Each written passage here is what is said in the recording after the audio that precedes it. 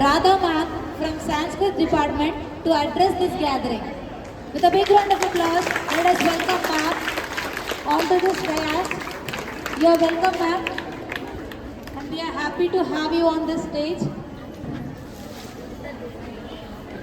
Vasavi college యాజమాన్యానికి మన principal sir గారికి, నా తోటి గురువులకు, ఇక్కడికి విచ్చేసినటువంటి మా పిల్లల తల్లిదండ్రులందరికీ కూడా నా హృదయపూర్వక నమస్కారాలు తెలుపుకుంటూ ఉన్నాను. ఇక్కడ గురువులు అదేవిధంగా తల్లిదండ్రుల యొక్క కలయిక అనేది చాలా బాగా ఉంటుంది. మీరందరూ ఇక్కడికి రావడం కూడా మాకు చాలా సంతోషంగా ఉంది.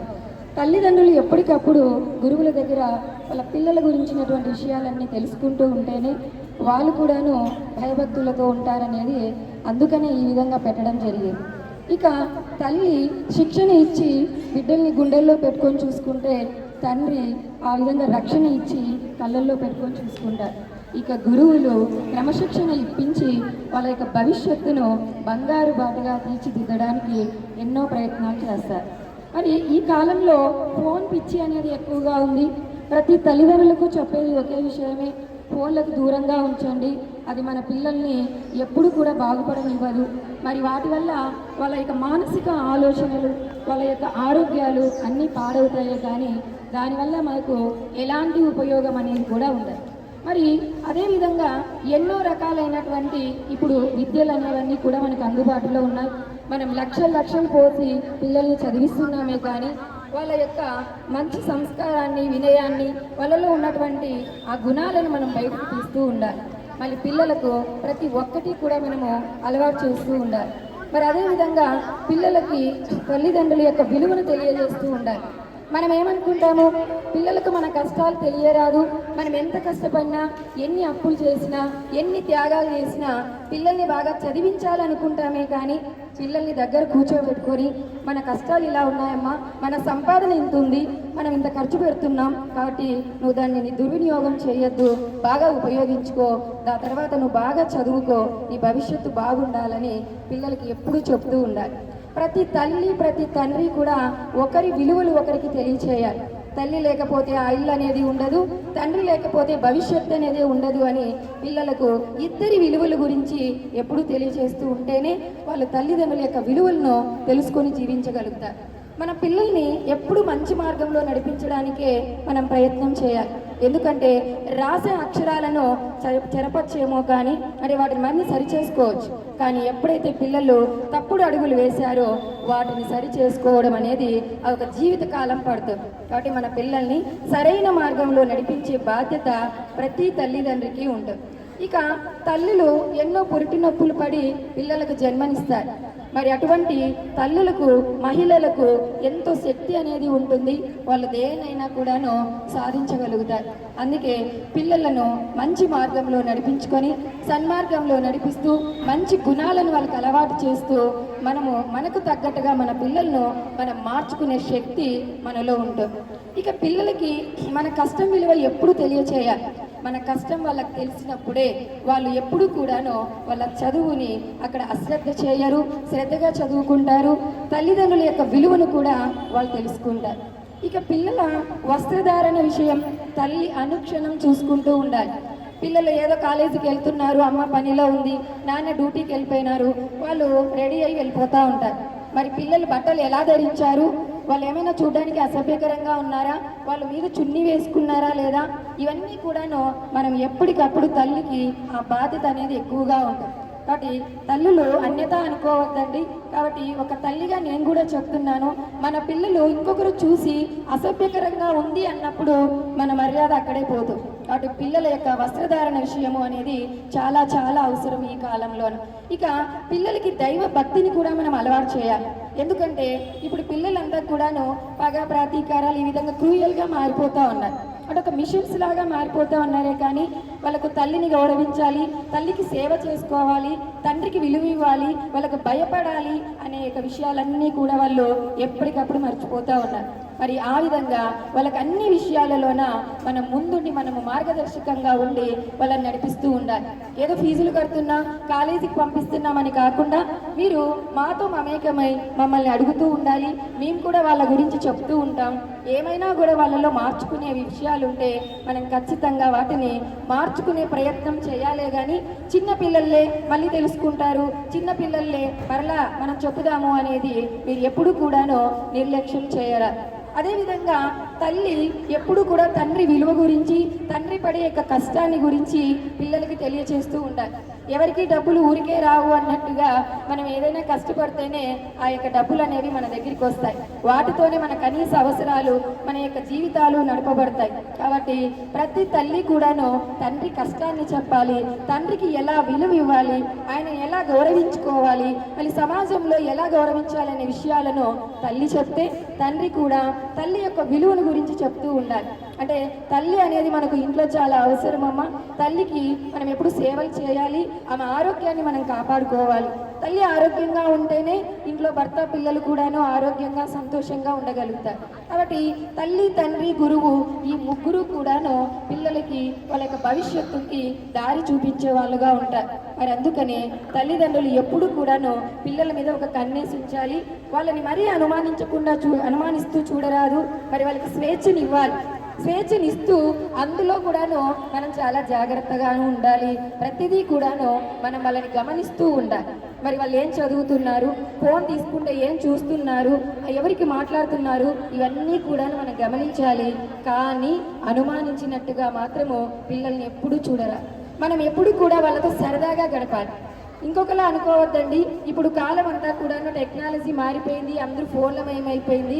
అమ్మ రాత్రిళ్ళు సీరియల్ చూస్తూ ఉంటే నాన్నగారు ఫోన్లో గేమ్లు ఆడుతూ ఉంటారు, పిల్లల పనులు పిల్లలు చేసుకుంటూ ఉంటారు. మరి మంచి పిల్లలైతే వాళ్ళ చదువును వాళ్ళు చదువుకుంటారు.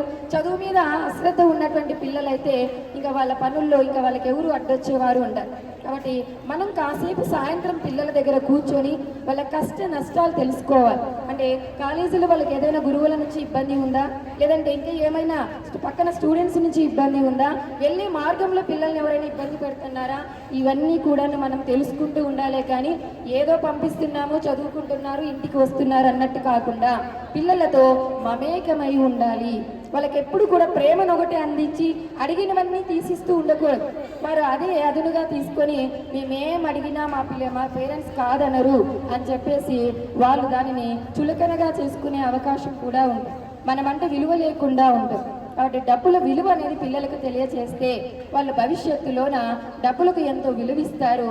ఆ డబ్బులకు ఇచ్చేటువంటి విలువ కోసము వాళ్ళు కష్టపడి కూడాను చదువుకుంటారు. కాబట్టి వాళ్ళలో ఒక సంస్కారాన్ని మనం ఎప్పుడూ కూడా నింపుతూ ఉండాలి. అదేవిధంగా పురుషులని స్త్రీలు గౌరవించే విధంగా మన పిల్లల్ని ఈ వయసు నుంచే తయారు చేయాలి. అంటే కేవలం ఎప్పుడు కూడాను స్త్రీలని పురుషులే గౌరవించాలి అని ఒక సైడే ఉండకూడదు కదా. మనం కూడా మన పిల్లలని పెద్దవాళ్ళనైతే తండ్రితో సమానంగా, మనకంటే ఇంకా కాస్త పెద్దవాళ్ళనైతే అన్నతో సమానంగా, మనకంటే చిన్నవాళ్ళను తమ్ముడితో సమానంగా చూడాలమ్మా. మనం ఎప్పుడు కూడా మన చూపులో తేడా రాకూడదు, మనం వేసుకునే దుస్తుల్లో ఎప్పుడు మారరాదు, మన నడవడిక ఎప్పుడు కూడా మంచిగా ఉండాలి. అప్పుడే తల్లిదండ్రులకు ఒక గొప్ప పేరు అనేది వస్తుంది. మరి మంచి జరిగినా తల్లిదండ్రులకు మంచి పేరు వస్తుంది, పిల్ల తప్పు చేసినా అది కూడాను తల్లిదండ్రులకే వస్తుంది. మరి తల్లిదండ్రులు అనేవాళ్ళు ఖచ్చితంగా పిల్లలకి మొదటి గురువులు. ఇల్లే ఒక పాఠశాల అంటారు. కాబట్టి తల్లి వాళ్ళకు మొట్టమొదటి గురువుగా వాళ్ళకి కొన్ని విషయాలు నేర్పించాలి. మరి ఆ తర్వాత పాఠశాలల్లోకి వచ్చిన తర్వాత ఇంకా కొన్ని గురువులు నేర్పిస్తారు. అన్ని గురువుల దగ్గర నేర్చుకోవాలంటే కుదరదు కదా. కాబట్టి తల్లిదండ్రులు కూడాను ఎప్పుడు వాళ్ళకి మంచి మంచి విషయాలు చెప్పాలి. మీ ఫోన్లు, మీ సీరియల్స్ పక్కన పెట్టేసి వాళ్ళ దగ్గర కాసేపు కూర్చొని సరదాగా గడపాలి. వాళ్ళ మనసులో ఉన్నటువంటి విషయాలను తెలుసుకోవాలి. ఈ వయసులో పిల్లలు ఎక్కువగా ప్రెజర్ ఇష్టపడరు. అంటే చదువుకో అనేది ఇష్టపడరు. వాళ్ళు ఎక్కువగా మీ నుండి ఒక సంతోషాన్ని, ఒక ఆనందాన్ని, లేదా మీ నుంచి మంచి మాటలను వాళ్ళు కోరుకుంటారు. కాబట్టి వాళ్ళకు ఒక స్నేహాన్ని ఇవ్వండి, వాళ్ళకు ఒక మంచి ధైర్యాన్ని ఇవ్వండి. నేనున్నానంటూ వాళ్ళ ముందుండి మీరు నడిపించండి. ఆ తర్వాత వాళ్ళ భవిష్యత్తు బాగుంటే మనం కూడా సంతోషంగా ఉండగలుగుతాం. వాటి తల్లిదండ్రులు వేరేగా ఎవరు కూడా అనుకోవద్దు. ప్రస్తుత కాలంలో జరుగుతున్నటువంటి సమస్యలు ఇవే. కాబట్టి ఫోన్ సమస్య అనేది చాలా ఉంది.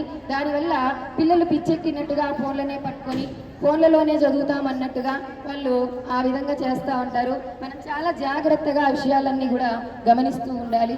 ఆ తర్వాత మా వాసవి జూనియర్ కళాశాలలో మీ పిల్లల్ని చేర్చినందుకు, ఆ తర్వాత ఇక్కడ మమ్మల్ని కలుసుకోవడానికి మీరు వచ్చినందుకు కూడా మేము చాలా సంతోషపడుతున్నాం. మళ్ళీ తల్లిదండ్రులు గురువుల కలయిక అనేది మాకు చాలా ఆనందంగా ఉంది. ఇక మా కళాశాలలో చేరినందుకు మీ పిల్లల పూర్తి బాధ్యత మాదే.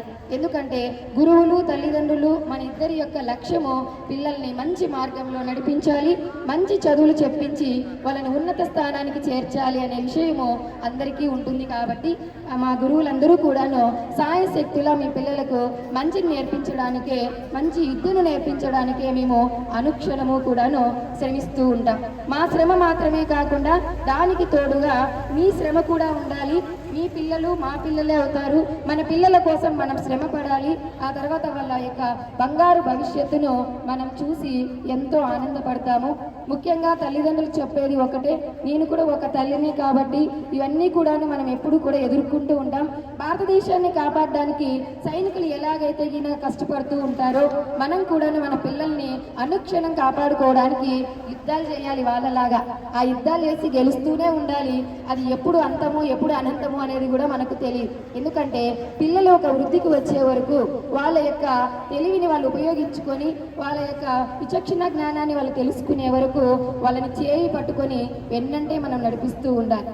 ఇక ఈ కాలం పిల్లల్లోన విలువలు లేని జీవితాన్ని గడుపుతూ ఉన్నారు. వాళ్ళకు విలువలు తెలియచేయాలి, తల్లిదండ్రుల విలువ తెలియచేయాలి, డబ్బు విలువ తెలియచేయాలి, అదేవిధంగా ఇంట్లో ఉన్నటువంటి వృద్ధులకు విలువ తెలియచేయాలి.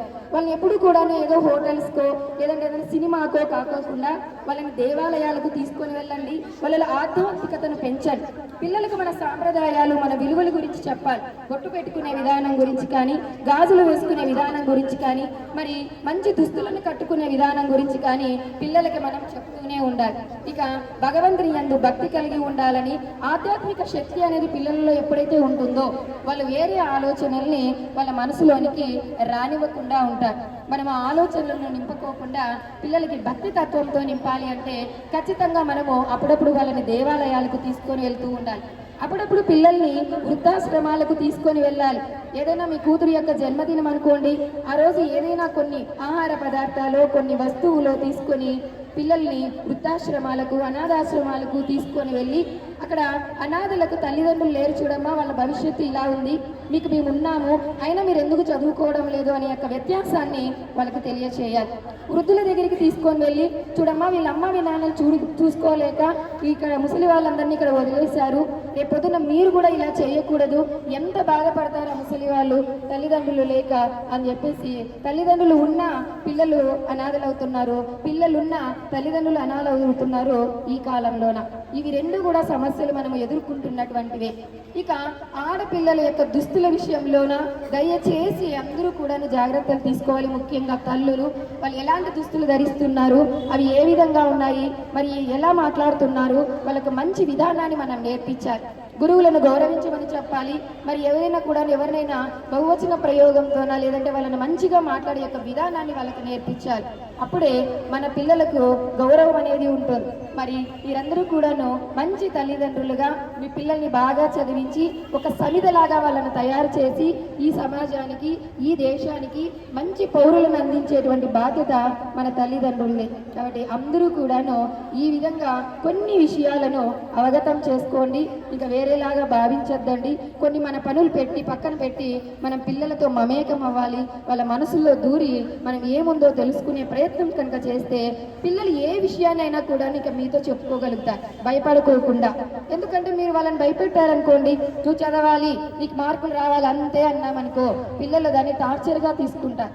కొంతమంది నాతో కూడా చాలామంది అంతకు ముందు వేరే కళాశాలల్లో పిల్లలు నాతో చెప్తూ ఉండేవారు, చాలా ప్రెజర్ ఉంది ఇంట్లోన, మేము అవన్నీ చదువుకోలేకపోతున్నాము అని. పాపం పిల్లల్ని అంత బాధ పెట్టద్దండి. చిన్న పిల్లలు చదువుకుంటారు. మనకు మార్కులు, ముఖ్యంగా మార్కులు కూడా అవసరమే అనుకోండి ఆధునిక కాలంలోన. కానీ అంతకంటే వాళ్ళలో గుణాలు అనేవి చాలా అవసరం, సంస్కారం అనేది చాలా అవసరం. రోజు మేము చెప్తూ ఉంటాం పిల్లలకి, నేను నా పేరు చెప్పలేదు ఇంతవరకును. నేను రాధా సాంస్క్రిట్ లెక్చరర్ని. నాకు పాఠాలలో ఏదైనా వచ్చినప్పుడు పిల్లలకి ఇవన్నీ కూడా నేను నా వంతు తల్లిగా నేను చెప్తా ఉంటాను. పిల్లలకి అనునిత్యము తల్లికి నమస్కారం చేసుకోమని చెప్తా ఉంటాను. అదేవిధంగా దేవుడికి నమస్కరించుకోవాలి, రోజు బొట్టును ధరించాలి, ఇంత సింధూరాన్ని ధరించాలి. ఇవన్నీ కూడా మన ఆచార సాంప్రదాయాలండి. ఇవన్నీ కూడా పాత పద్ధతులు అని మనం పక్కన పెట్టేయకూడదు. మరి ఆ విధంగా మన సాంప్రదాయాలను, మన విలువలను, మన దేశం యొక్క ఈ యొక్క గొప్పతనాన్ని ఇవన్నీ మనం ఎప్పుడైతే పిల్లలకు తెలియచేస్తామో వాళ్ళు కూడా మంచి దేశ పౌరుల్లాగా ఉండి మన గౌరవాన్ని, కాలేజీ యొక్క ప్రతిష్టను, దేశం యొక్క గౌరవాన్ని నిలుపగలిగే మంచి పిల్లలుగా వాళ్ళు అభివృద్ధిలోకి వస్తారు. ఇదేనండి మేము చెప్పాలనుకున్నది. ఇక గురువులు అందరూ కూడా మంచిగానే మీ పిల్లలకి పాఠాలన్నీ చెప్తూ ఉన్నారు. ఇక ఏమైనా అందులోన లోపాలున్నా ఖచ్చితంగా మీరు మమ్మల్ని అడగవచ్చు. నా వంతు నేను సాంస్క్రిట్ లెక్చరర్ని. మీ పిల్లలకి ఏమైనా సంస్కృతం అర్థం కాకపోయినా ఇంకా ఏమైనా ఉన్నా కూడా నా దగ్గర వచ్చి అడగవచ్చు, ఇబ్బంది ఏమీ లేదు. గురువులందరూ కూడాను ఇక్కడ రెండోసారి అడిగినా కూడాను చెప్పేటువంటి వాళ్ళు ఉన్నారు. కానీ మన పిల్లలు భయపడి అడగకుండా అయిపోతూ ఉన్నారు. పిల్లలు భయపడుకోకుండా ఏదైనా కూడా అర్థం కాని విషయాన్ని గురువులను అడగాలండి. అప్పుడు గురువులు కూడాను వాళ్ళకి అర్థమయ్యేటట్టుగా చెప్పగలుగుతారు. కాబట్టి అందరూ కూడాను మీ పిల్లల్ని బాగా పెంచి మన యొక్క సభ్యతా సంస్కారాలు నేర్పించి మన సంస్కృతిని కాపాడి తద్వారా దేశ గౌరవాన్ని నిలబెడతారని చెప్పేసి నేను కోరుకుంటూ ఉన్నాను. అందరికీ నమస్కారములు. జై భారత్ మాతాకి జై.